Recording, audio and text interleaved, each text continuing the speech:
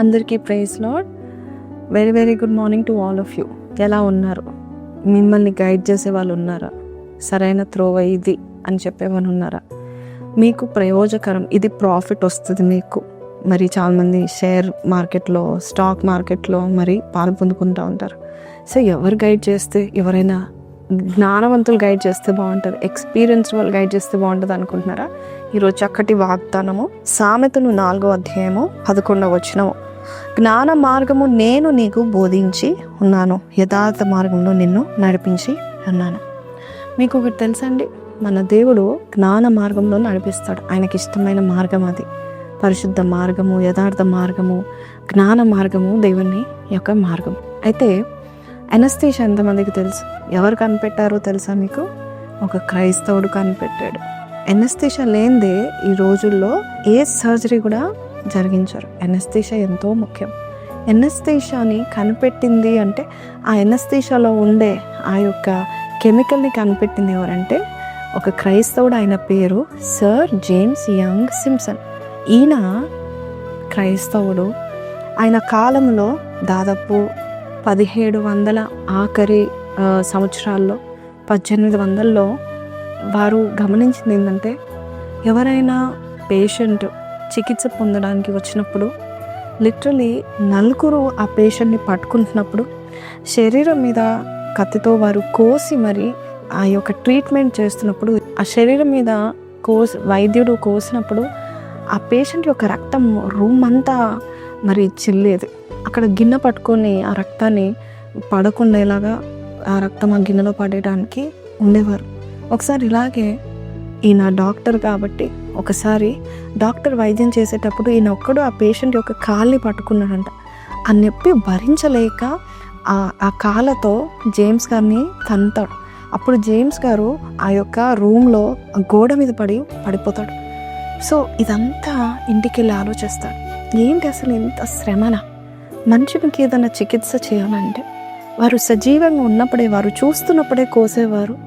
ఆ నొప్పికి తట్టుకోలేక చాలామంది మరణించేవారంట.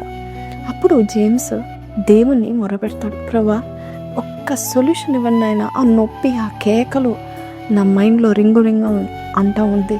ఎంత అవస్థ, ఎంత వేదన, ఎంత భయంకరమైన నొప్పి గుండా వారు వెళ్తూ ఉంటున్నారు నాయన.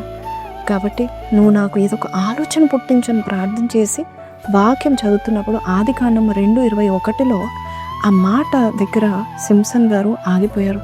ఈ జేమ్స్ యంగ్ సింప్సన్ దైవభక్తుడు కాబట్టి ప్రార్థన చేసి పొందుకోవాలి, జ్ఞానవంతుడు కదా నా దేవుడు అని అడుగుతాడు. అక్కడ ఏముంటుందంటే ఆదికాండం 2:21లో ఆదాముకు దేవుడు గాఢ నిద్రను కలుగచేసి అప్పుడు ఆయన ఎముకల్లో ఒక ఎముకను తీసి స్త్రీని, అవ్వను కలుగచేస్తాడు. అప్పుడు ఆయనకు అర్థమవుతుంది, ఓకే దేవుడు చేసిన ఫస్ట్ సర్జరీ గాఢ నిద్ర కలుగచేసి చేశాడు. అయితే పడుకున్నప్పుడు చేయాలి, అది పడుకోవడానికి ఏం చేయాలి అన్నట్టుగా ఆయన కనిపెట్టడం స్టార్ట్ చేశారు. ఆయనతో పాటు ఉన్న తోడి వారితో మరి కనిపెడతా ఉన్నారు. ఒక్కరోజు దేవుడు క్లోరోఫామ్ని కనిపెట్టడానికి దేవుడు సర్ జేమ్స్ యంగ్ సింప్సన్కి దేవుడు కార్యమును చేశాడు. ఈ క్లోరోఫామ్ ఏంటంటే ఎనస్థీషియాలో ఒక కెమికల్. ఆ క్లోరోఫామ్ గురించి ఆయన చెప్తూ ఒక మాట అన్నాడు, ఈ క్లోరోఫామ్ కనిపెట్టినప్పుడు సరైన మోతాదులో దేవుడు మాకు జ్ఞానాన్ని ఇచ్చాడు. సరైన మోతాదులో ఆ క్లోరోఫామ్ మన బాడీలో ఎక్కినట్లయితే మన గాఢ నిద్ర కొన్ని గంటలు వస్తూ ఉంటుంది. ఒకవేళ తక్కువగా క్లోరోఫామ్ని నేను తక్కువ మోతాదులో తీసుకుంటే క్లోరోఫామ్ యొక్క విలువ లేక గాఢ నిద్ర అనేది నాకు తెలిసేది కాదు. లేక నేను ఎక్కువ తీసుకుంటే చనిపోతాను. కానీ దేవుడు కరెక్ట్ మోతాదులో క్లోరోఫామ్ని వాడమని దేవుడు నాకు జ్ఞానాన్ని ఇచ్చాడని చెప్పాడు. ఆ క్లోరోఫామ్ ద్వారా ఫస్ట్ సర్జరీ ఒక స్త్రీకి, గర్భిణీ స్త్రీకి చేశాడంట. సి సెక్షన్ చేసినప్పుడు క్లోరోఫామ్ ఆ యొక్క క్లోరోఫామ్ వాడి చేశాడు.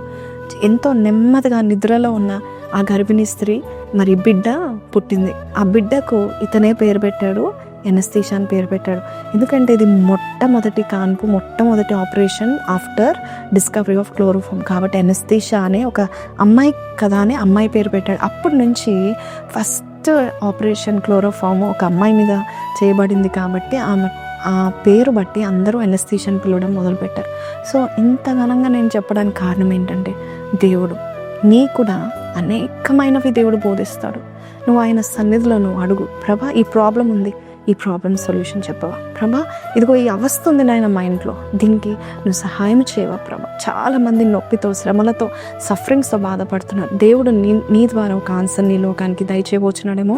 చిన్న ప్రార్థన చేసి అడుగుదామా. పరిశుద్ధుడా మహోన్నతుడు తండ్రి, సర్ జేమ్స్ యంగ్ సింప్సన్ని నువ్వు ఎలాగైతే వాడుకున్నావు, ప్రార్థన చేసిన వెంటనే నీ జ్ఞానాన్ని అందించి అయ్యా నాయన ఒక గొప్ప డిస్కవరీ చేయడానికి నువ్వు కృపను చూపించావు నాయన.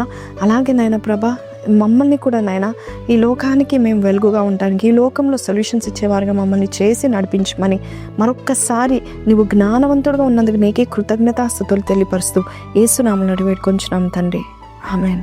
ఈరోజు ఈ వాగ్దానం విన్న మీరు కింద కమెంట్లో God will give me wisdom for every work అని పెట్టండి. May God bless you. Have a blessed day. Praise lord.